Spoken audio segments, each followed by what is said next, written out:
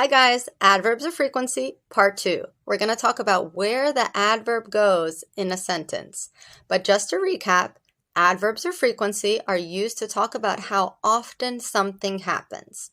All right, let's get started.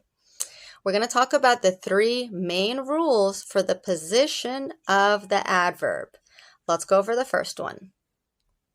The adverb goes before the verb. For example, she usually shops on Saturday. So you have usually, which is the adverb of frequency, and you have shop, which is the verb. So usually comes before shop. So adverb of frequency and then the verb.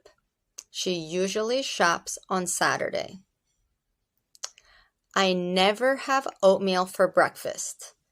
Have is the verb. And never is the adverb of frequency. It comes before the verb. I never have oatmeal for breakfast. Let's go over rule number 2. The adverb goes after the verb to be. For example, she is always late. So because of the is, the verb to be, you have the adverb after, always, right? She is always late.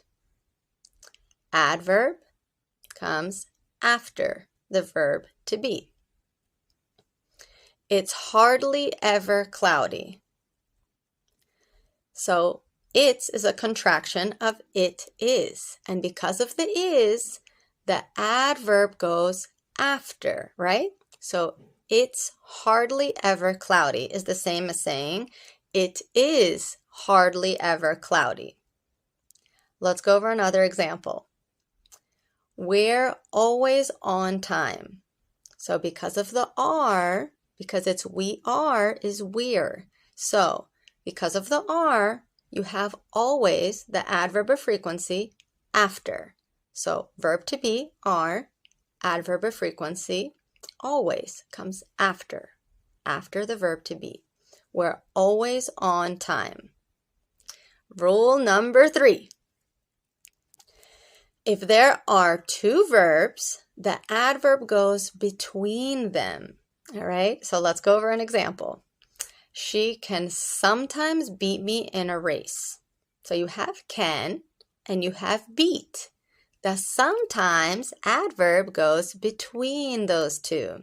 Okay, can, sometimes the adverb, beat, right? Can and beat. The adverb is in between those 2 verbs, right? She can sometimes beat me in a race. Another example is, I will always love you. You have will and you have love. Always, the adverb is in the middle, or you could say in between, right? I can usually call him at 5 p.m. Can and call. Usually, the adverb goes between those 2. All right, guys? So those are the 3 main rules. Let's go ahead and test that knowledge with a quiz in the next lesson. I'll see you then.